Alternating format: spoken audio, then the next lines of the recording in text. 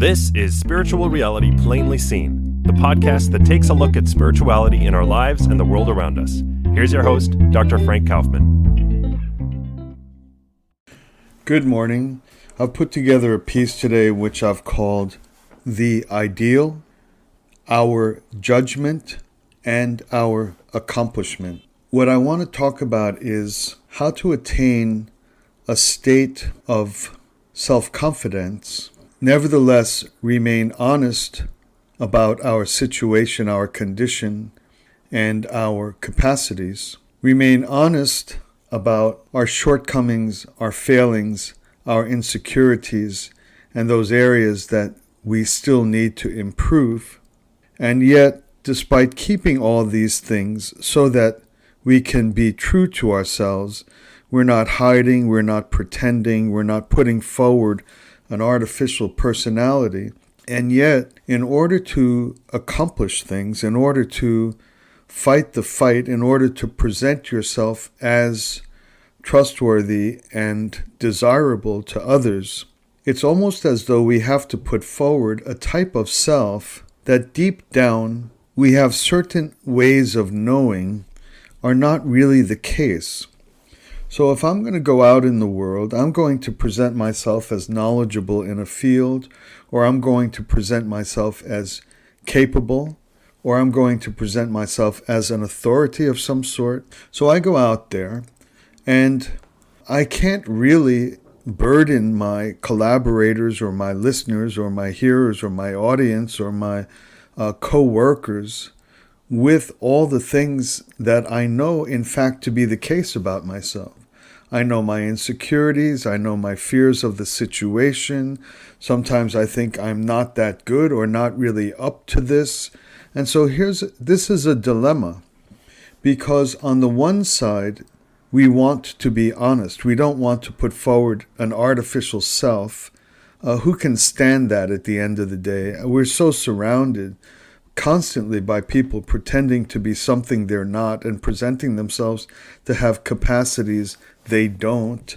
And that's really the last person I want to live with all day long, is myself becoming such an individual. I have enough trouble just having to put up with one for 5 minutes or an hour or a day or a month.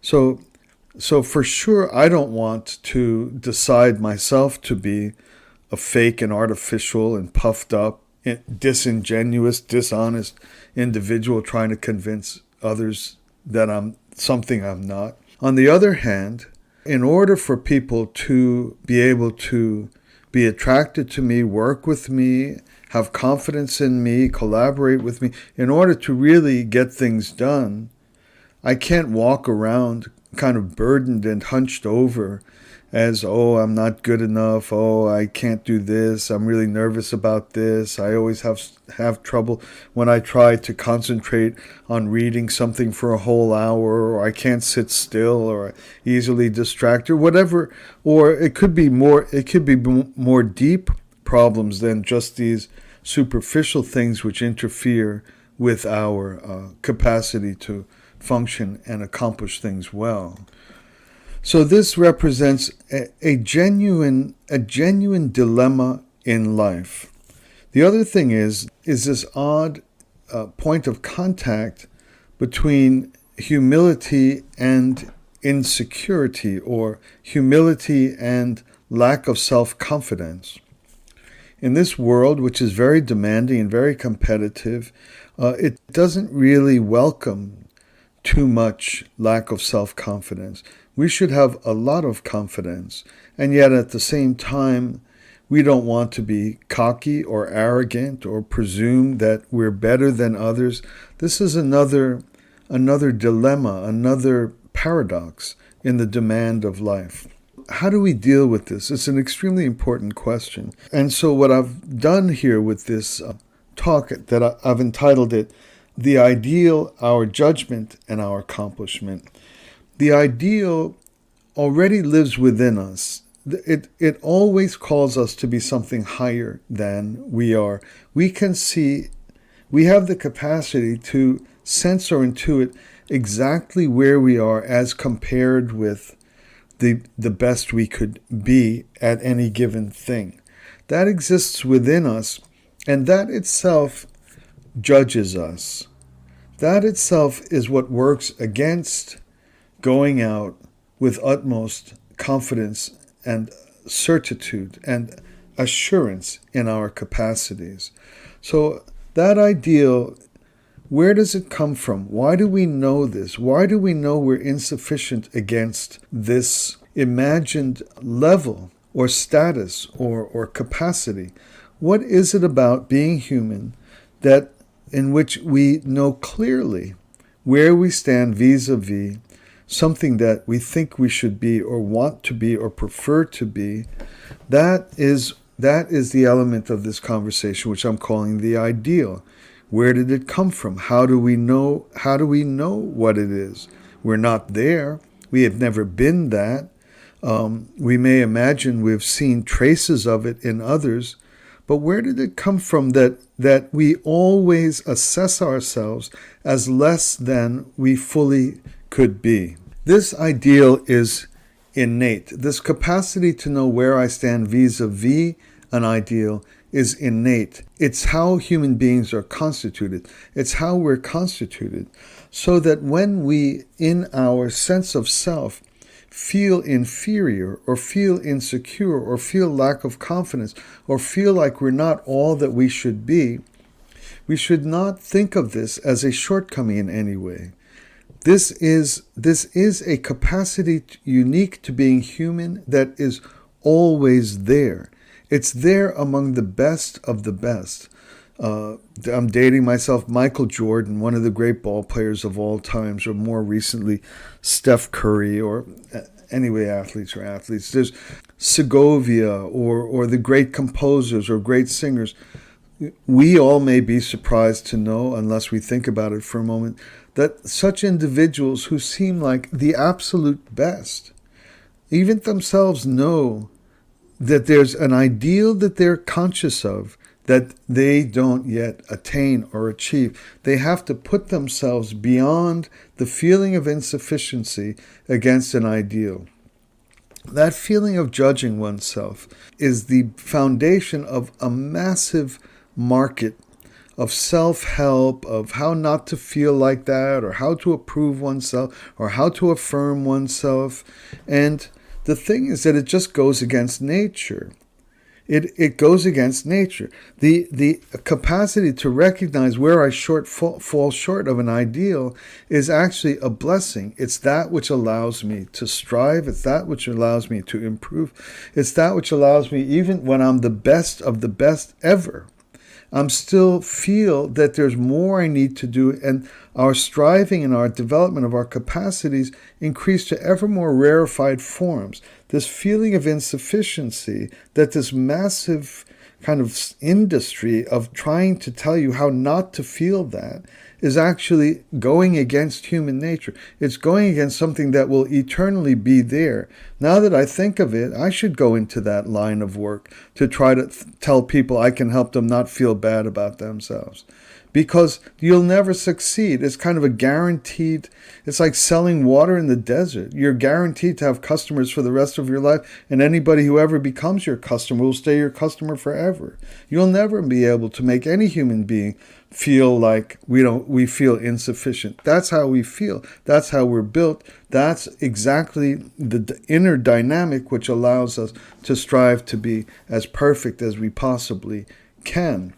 But we don't want to allow this innate, normal, everyday, actually positive, blessed dimension of being human, that very quality that makes me strive with all of my heart day by day and try to get better day by day.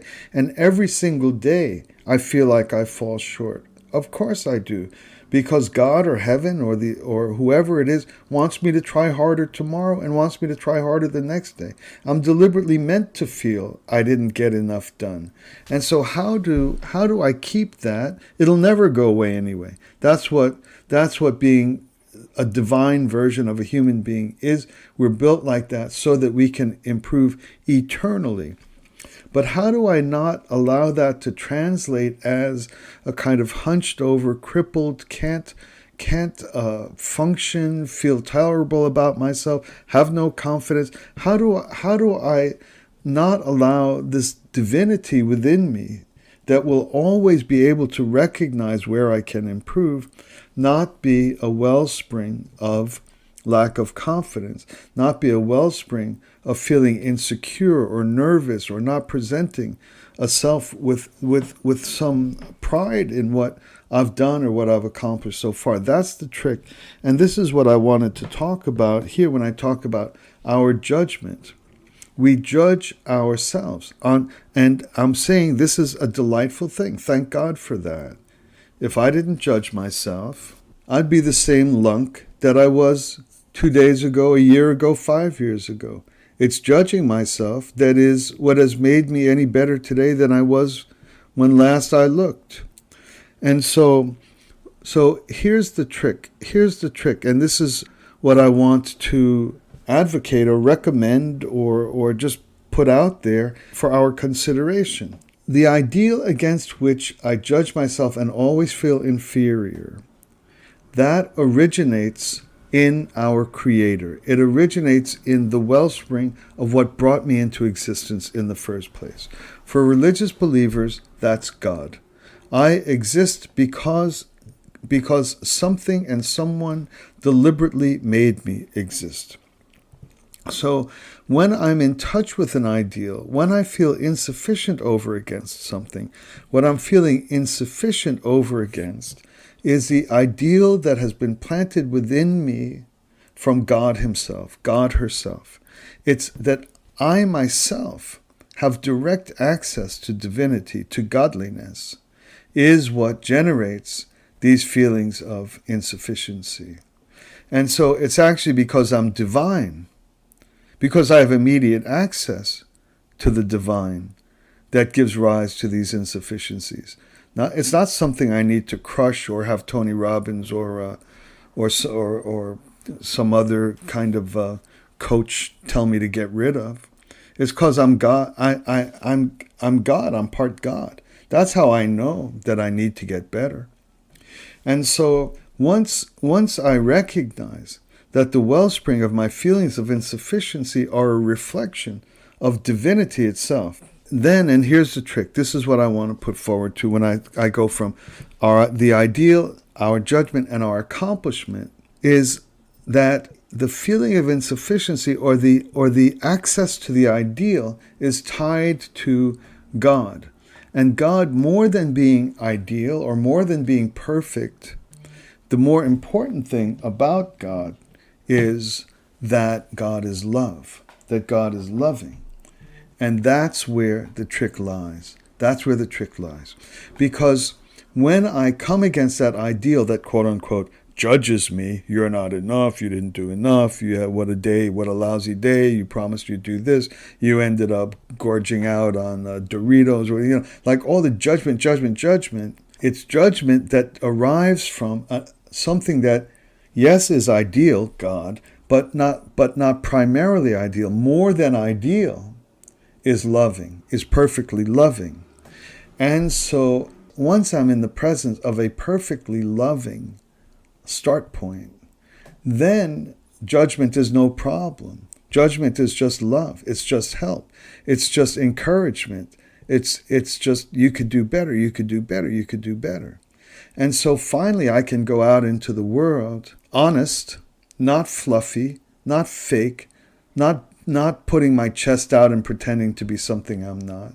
I can have humility without having any evidence of feeling burdened or crippled or hunched over or I'm not enough, I'm not good enough. I'm absolutely good enough. Because the very thing that I'm in touch with that helps me recognize my shortfall over against the ideal is the very thing that says, you are so glorious that I can't stop loving you. It's a paradox.